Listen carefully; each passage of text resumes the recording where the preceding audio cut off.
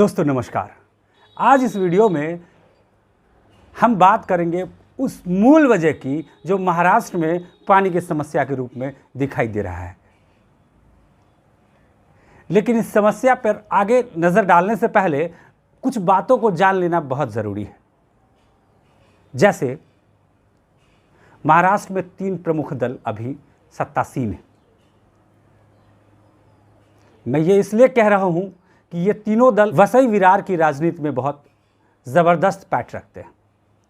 BJP सबको जानता है, विश्व की सबसे बड़ी पार्टी है। उसके अलावा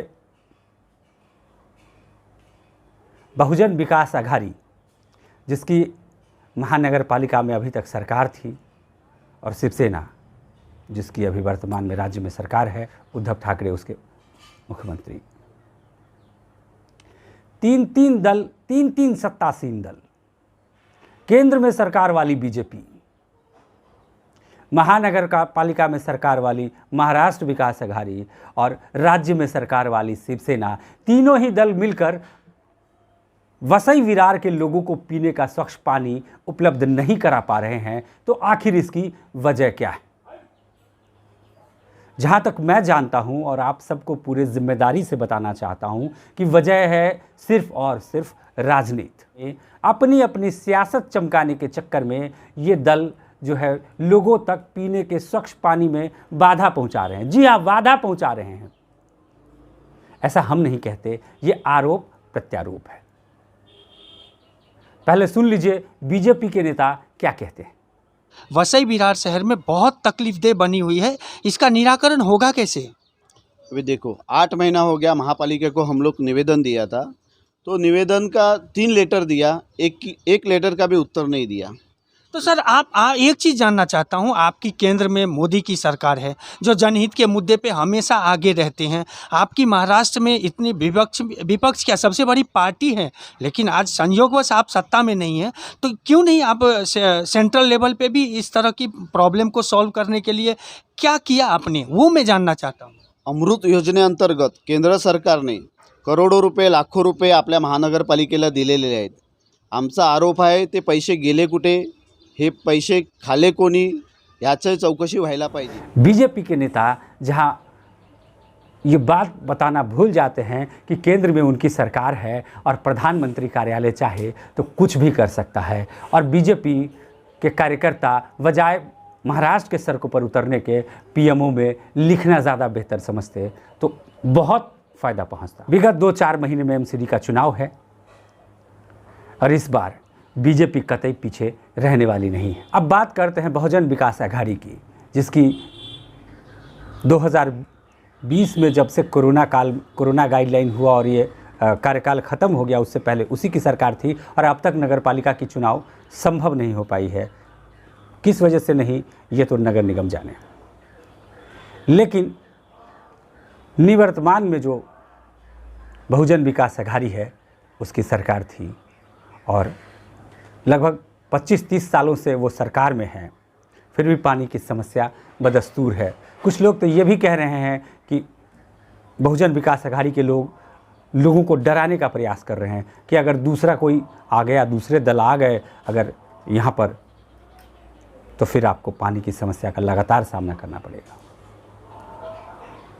लेकिन बहुजन विकास आघाड़ी के नेता गेंद को शिवसेना के पाले में फेंक देना चाहते हैं, जिसकी राज्य में सरकार है। और कुछ हद तक ये बात सही भी है कि जिस दल का राज्य में सरकार हो और महापालिका का जब तक चुनाव नहीं हो जाता तब तक वो बॉडी उसी के अंदर में आती है कि हमारा यहाँ पे बॉडी नहीं है, इसलिए आयुक्त के हाथ में शासन होने के कारण से उनका ऑफिसर्स के साथ, अधिकारियों के साथ क्या बातचीत होता है, क्या नहीं होता है, पेमेंट टाइम पे नहीं निकलता है, जो कॉन्ट्रैक्टर है उसके वजह से बीच में कॉन्ट्रैक्टर काम करना बंद कर देते हैं। और शिवसेना वाले का आरोप ही बहुत ज़बरदस्त है। उनका आरोप है बहुजन विकास आघाड़ी के लोगों पे, वो कहते हैं कि हम काम करना चाहते हैं, हम मिलते हैं पानी के समस्या पर वहाँ के आयुक्त से, और दूसरे दल के 4-4 लोग जाते हैं कि नहीं भाई काम नहीं करना है। कमाल बात है। और ये पानी की किल्लत जो आने वाली नगर पालिका की चुनाव है उस टाइम तक बनी रहेगी। जो आदमी सोया नहीं रहता है उसे उठाना मुश्किल है, जो आदमी जगह है वो जगह ही है। तो इसीलिए ये पानी का समस्या पैदा किया गया समस्या है, पैदा है नहीं। जब सरकार तो राज्य में तो आपकी सरकार है सर।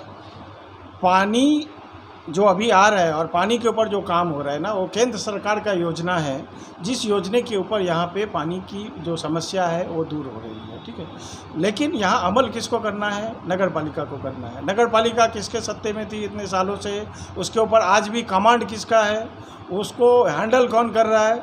आज के दिन में मैं किसी इंजीनियर का नाम नहीं बताऊंगा, लेकिन उनका बोलना है कि हमें काम नहीं करने दिया जाता है हमारे हिसाब से। आज यदि पानी की किल्लत होगी तो पूरे विरार में होगी, पूरे वसई में होगी, पूरे नाला सोपारा में होगी। किसी एक भाग में पानी की समस्या होती है तो ये पैदा की गई समस्या। लेकिन बहुजन विकास आघाड़ी के नेताओं से जब हमारी बात हुई तो वो तो बोलते हैं कि कोरोना लेकर के 2 साल हो गई, हम सत्ता में नहीं हैं और अभी मजबूती से पकड़ शिवसेना बना के रखी है। कोरोना से उनकी सत्ता गई है ऐसी बात तो नहीं है। आज भी बहुत सारी चीज़ होते हैं जो वो फ़ोन करते हैं और उनका काम हो रहा है। शिवसेना से इसका कोई लेना, आज प्रशासक नियुक्त है, आज यहाँ पे वसई विरार में प्रशासक नियुक्त है। यहाँ कोई पार्टी नहीं चला रही है या किसी पार्टी का सत्ता नहीं है। शिवसेना के लोग यदि एक दिन जाके मिलते हैं तो वो 10 दिन आके मिल रहे हैं। एक आदमी शिवसेना से जाता है मिलने के लिए तो 4 आदमी मिलते हैं। क्यों? एक आदमी जाता है यहाँ से बताने के लिए कि आप पानी की समस्या को दूर करिए, और वो 4 आदमी जाता है कि पानी की समस्या को बरकरार रखिए। तो इन सब बातों से क्या समझ में आता है? इन सब बातों से यही समझ में आता है कि जो भी समस्या है राजनीतिक दल इसका समाधान ही नहीं चाहते, बल्कि इसका राजनीतिक रोटी सेकना चाहते हैं।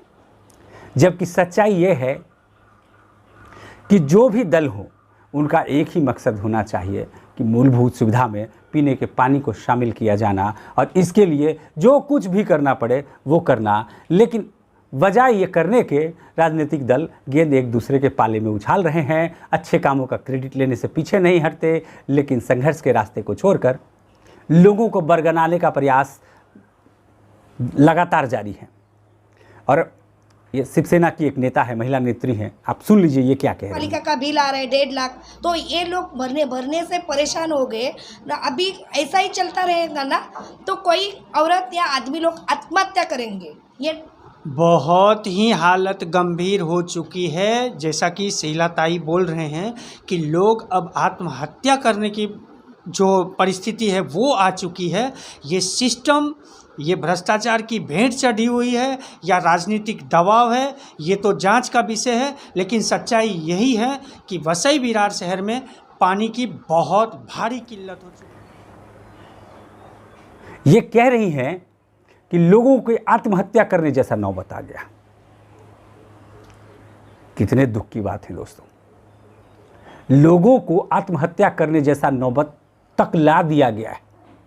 क्या ये राजनीति नहीं है? इस प्रकार की राजनीति क्या की जानी चाहिए? लोगों को पीने का पानी नहीं मुहैया कराकर आप कौन सा तीर मार लेंगे? तो दोस्तों आपने सुना, लगातार हमने हर पार्टी के नेताओं से बात की, समस्या के ऊपर गंभीरता से फोकस करने का प्रयास किया और आपके सामने सभी बातों को रखा। मेरी बातों से आप कितना इत्तेफाक रखते हैं हमें कमेंट में ज़रूर बताइएगा। वीडियो अच्छी लगे तो दूसरों को भी पास कर दीजिएगा, और अगर वीडियो ना अच्छी लगे तो आपकी मर्जी है, लेकिन चैनल को सब्सक्राइब ज़रूर कर लीजिएगा, क्योंकि मुद्दों पर आधारित खबरें हम आपके लिए लगातार लेकर आते रहते हैं। और हमने लगातार एक मुहिम चला रखा है कि मुंबई से सटे इलाकों में किस तरीके से लोगों को पीने का स्वच्छ पानी उपलब्ध हो पाए। और इस मुहिम का ही ये असर है कि पहले 7-7, 8-8 दिनों तक पानी विलम्ब से मिला करता था, अब 1-2 दिन पे ये गैप आया है। हम और ज़्यादा बात करेंगे और ज़्यादा संघर्ष करेंगे और कोशिश करेंगे भीषण गर्मी के आने से पहले इस समस्या का हल निकाल लिया जाए। तो हर मुद्दे पर आपके साथ संघर्ष करने के लिए न्यूज़ नॉक तैयार है। कमेंट करके ज़रूर बताइएगा आपके इलाके में पानी की क्या समस्या है। वो पहले जो 7-8 दिन पर आया करती थी, क्या उसमें कुछ कमी आई है या साफ आना बंद हो गया? तो आज के वीडियो में इतना ही। तब तक के लिए जय हिंद।